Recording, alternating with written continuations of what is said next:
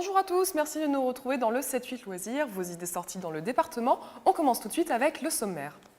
La saison artistique du Théâtre National commence demain. Pour ce premier spectacle, Brigitte Fontaine revisitera ses classiques dans une orchestration variée et originale. La vie de saint François d'Assise sous forme de 28 panneaux représentant les fresques de Giotto, un chef-d'œuvre de la peinture italienne à découvrir dans l'église Saint-Pierre-du-Lac. Enfin, notre rendez-vous dédié aux plus jeunes, il sera question d'éveil à la comédie au Théâtre Montansier à Versailles, une nouvelle activité au sein d'un des plus anciens théâtres de France. Un rendez-vous à noter, ce dimanche à 15h30, le château de Breteuil se transformera en décor d'aventure de cap et d'épée. L'association Les Lames sur scène, menée par le maître d'armes Michel Olivier, fera revivre les romans de mousquetaires dans un spectacle d'escrime artistique. Une mise en scène mêlant intrigue et rebondissement avec une vingtaine d'escrimeurs. Ce divertissement est offert aux visiteurs sans supplément sur le prix des visites. On écoute Henri-François de Breteuil, le propriétaire du château, nous en dire plus sur cet événement.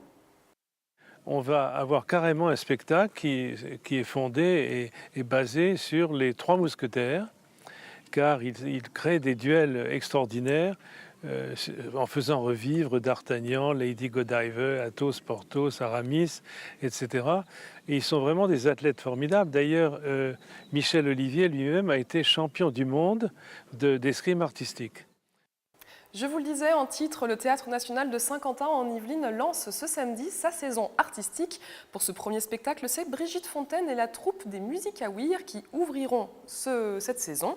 Ils revisiteront le répertoire déjanté de la Reine des Kékés, les images de Mélanie Poquet lors de la répétition publique du 22 septembre.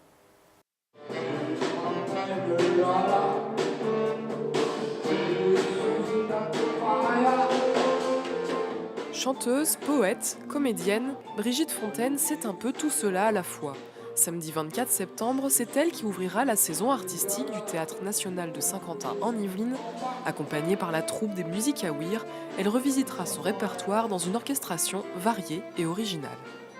C'est à la fois un orchestre plein de sonorités, riche de sonorités, on va dire, dans une forme de multitude au niveau des sons, puisqu'on joue tous de plusieurs instruments. Donc on se retrouve dans une belle surprise d'une découverte sonore.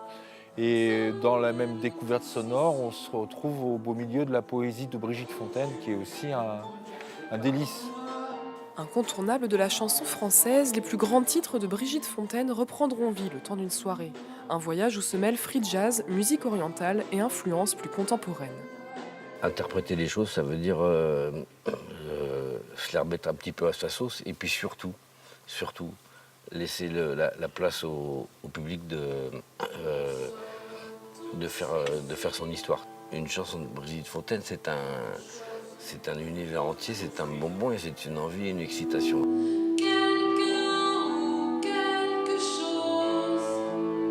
Comme à la radio, à la symphonie pastorale, des années 70 à aujourd'hui, le spectacle Ô Brigitte est une invitation à la folie de la Reine des Kékés. Pour mourir de raison.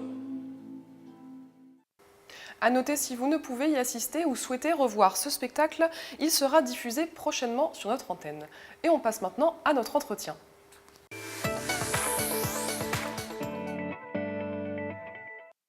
Ce samedi à 15h, l'espace Albert Camus de Maurepas dévoile sa saison culturelle. Pour l'occasion, le spectacle mondial cabaret sera joué. Il reprendra les traditions du cabaret pour un tour du monde en 80 gags. Avec nous, Claire Couvreur, chargée de programmation à l'espace Albert Camus, pour nous parler de cet événement. Bonjour Claire. Bonjour.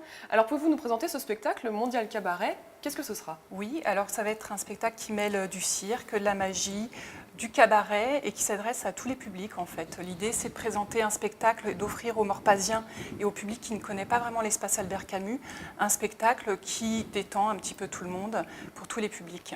Et un petit mot du coup sur les deux artistes, qui sont-ils, d'où viennent-ils? Oui, alors ce sont des artistes français qui ont créé ce spectacle en fait en 2009 à New York et qui tournent mondialement. Donc c'est une tournée mondiale, ils ont fait plusieurs pays. Oui, alors en fait ils reviennent juste depuis lundi d'Argentine. Ils ont fait une tournée, ils sont même descendus jusqu'à Ushuaïa. Et donc nous avons la chance de les avoir demain à l'espace Albert Camus. Et donc, dans l'idée du cabaret, qu'est-ce qu'on retrouve un petit peu comme... Il y a quoi, des comédies musicales, ce genre de choses? Alors, il y a de la magie, il y a des claquettes, il y a beaucoup d'humour, évidemment. C'est très décalé, c'est très déjanté. Et surtout, ce qui est important, c'est que ça s'adresse vraiment à tous les publics pour que les jeunes enfants, les familles et les personnes un petit peu plus âgées s'y retrouvent. C'est une entrée libre? Alors, c'est une entrée libre, sur réservation. Il nous reste encore un petit peu de place. C'est suivi après d'un petit cocktail pour que l'idée, c'est qu'il y ait le maximum de convivialité à l'espace Albert Camus.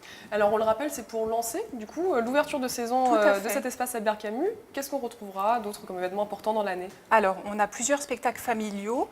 L'idée, justement, la commande politique était de reprogrammer, réaxer la programmation sur des spectacles familiaux, mais aussi tout public, comme je vous le disais, pour que tout le monde puisse s'y retrouver. Et du coup, nous avons des spectacles qui s'adressent à la fois aux adultes et à la fois pour des familles, des jeunes enfants également. On a des spectacles, qu'est-ce qu'on retrouve par exemple, pour donner un petit exemple? Par exemple, nous avons au niveau des adultes 3 spectacles à noter, à ne pas rater. Rien ne se perd, qui est une comédie 100% recyclée, parce que tous les textes qui vont être utilisés sont des grands textes classiques qui sont recyclés et évidemment tous les décors, les costumes sont recyclés. Donc c'est vraiment un grand moment à vivre en famille, c'est à partir de 10 ans. Mais ça peut s'adresser aussi à des adultes.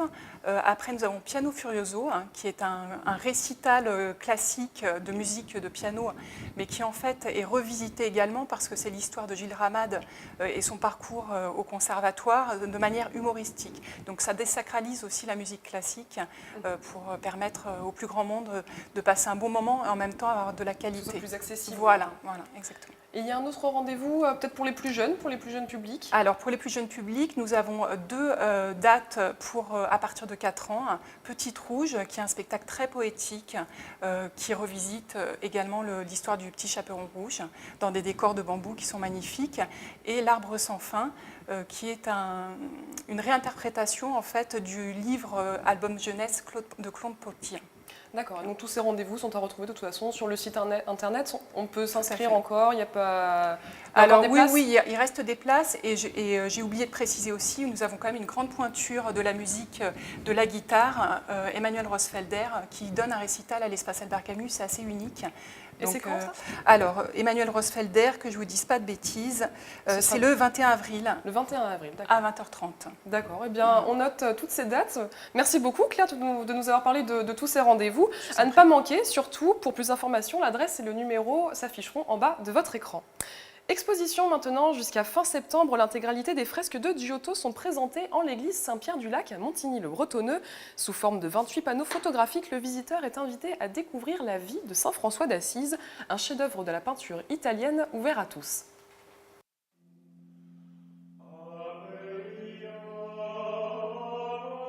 Messager de la paix, ami des animaux, Saint François d'Assise fait partie des saints catholiques les plus connus. Pour son 20e anniversaire, l'église Saint-Pierre-du-Lac consacre une exposition à ce religieux, l'occasion de découvrir sa vie au travers des fresques de Giotto du XIIIe siècle. C'est un homme qui aujourd'hui encore marque des chrétiens, des non-chrétiens par son message de paix, par son message aussi d'harmonie entre l'homme, la nature, la création dans son ensemble. C'est un homme qui a beaucoup fait avancer l'Église vers une plus grande vérité de l'Évangile. Et ce n'est pas par hasard si le pape actuel a décidé de s'appeler François. C'est à cause de Saint François. C'est parce que, comme Saint François, il voulait une Église pauvre pour les pauvres. 28 reproductions photographiques illustrent les épisodes emblématiques. Des miracles comme le dialogue avec les oiseaux aux discussions avec le sultan d'Égypte. L'une d'elles évoque la rupture de Saint François avec son père, riche marchand d'Assise.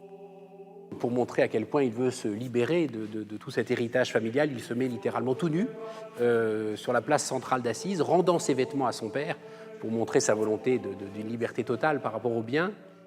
Pour compléter cette présentation, l'église accueillera jusqu'au 25 septembre un manteau authentique ayant appartenu à Saint François d'Assise, une première dans les Yvelines.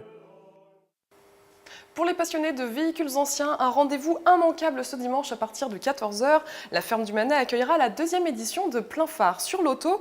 Le thème cette année, la belle époque. Plusieurs dizaines de voitures défileront dans les rues et seront exposées. Le public pourra voter pour sa voiture préférée. Des animations pour les enfants et les adultes seront également proposées tout au long de l'après-midi. Marie Toussaint, chargée de l'événementiel à Montigny-le-Bretonneux, nous en dit plus. Donc cette année, nous avons la chance d'avoir de très belles voitures, style Morgane. Il y a beaucoup de Morgane, dont une 3 roues, chose exceptionnelle. Nous avons une DS, nous avons de très vieilles voitures, mais aussi des voitures qu'on connaît un petit peu, style R5, 206. Voilà, on a un panel très large de belles voitures et de voitures un petit peu plus connues. Les belles voitures font rêver, effectivement, et puis ben voilà, le passé, il existait de très belles choses.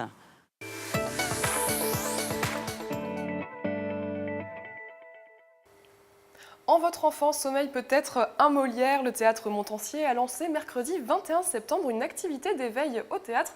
Et c'est Mélanie Poquet qui va nous en dire plus. Bonjour Mélanie. Bonjour Camille. Alors cette nouvelle activité proposée dépasse le simple cours de théâtre parce qu'il faut savoir que le théâtre versaillais est l'un des plus anciens de France. Il est même le 2e plus ancien après celui de Metz.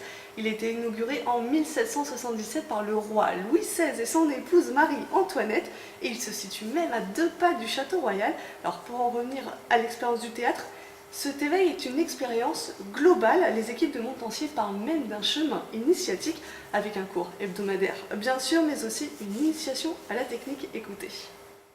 Les enfants vont découvrir le théâtre à travers une visite, aussi à travers des rencontres avec des techniciens, costumiers, machinistes, metteurs en scène, et vont également assister à des spectacles de la saison pour voir en action à quoi ressemble vraiment le théâtre. Alors ces spectacles seront 4. Il y a le médecin volant avec les farces de Molière, les contes du chat perché, des célèbres contes écrits par Michel Aimé, les Rustres et Knidy. Ils pourront eux aussi monter sur scène. C'est un peu le but des ateliers, on va dire aussi, puisque notamment il y a un cours hebdomadaire qui a lieu tous les mercredis après-midi. Il s'agira là de montrer le fruit du travail d'une année. Les cours de théâtre sont dispensés par Myriam Moléon. C'est une ancienne institutrice spécialisée et elle est aujourd'hui actrice et comédienne. Mais alors à quelle tranche d'âge sont destinés ces ateliers ? Alors ça s'adresse aux enfants de 10 à 12 ans. Ce sont les CM et les 6e. Et pour cet éveil, ils ont dû prouver leur envie de participer à travers une lettre de motivation. Et Marie-Nicolas Ardot, qu'on vient d'écouter, nous donne cette fois les raisons. Le théâtre, c'est un art vivant, donc on n'y va pas de façon passive. Et le but était vraiment de créer une émulation dès le départ. Voilà, puisqu'il faut être vraiment partie prenante dans un cours de théâtre, puisque le théâtre mobilise évidemment la voix, mais aussi le corps. Donc pour que les enfants soient impliqués, on s'est dit qu'il fallait dès le début donner un peu la note. Mais malheureusement, cette initiation est déjà victime de son succès. Et oui, 12 places étaient disponibles. Les inscriptions se sont faites durant le mois de septembre. Et lors du premier cours, le 21 septembre, ils étaient déjà 15. Mais pas de panique, il reste les ateliers d'art plastique lors des vacances scolaires et aussi, un truc assez sympathique, il y a un goûter après chaque représentation du mercredi après-midi. Toutes les informations se trouvent sur le site de l'établissement. Merci beaucoup Mélanie de nous avoir fait découvrir ces ateliers. On espère que ça suscitera peut-être des vocations théâtrales chez les plus jeunes. Et c'est maintenant l'heure de notre agenda, les rendez-vous à ne pas manquer cette semaine.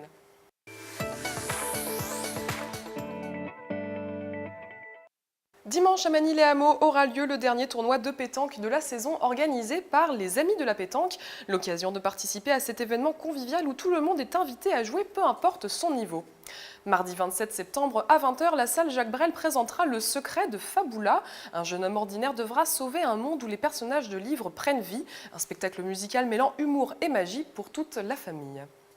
C'est la fin de ce 7-8 loisirs. Merci de nous avoir suivis. Je vous retrouve vendredi prochain pour un nouveau numéro. D'ici là, très bon week-end à tous.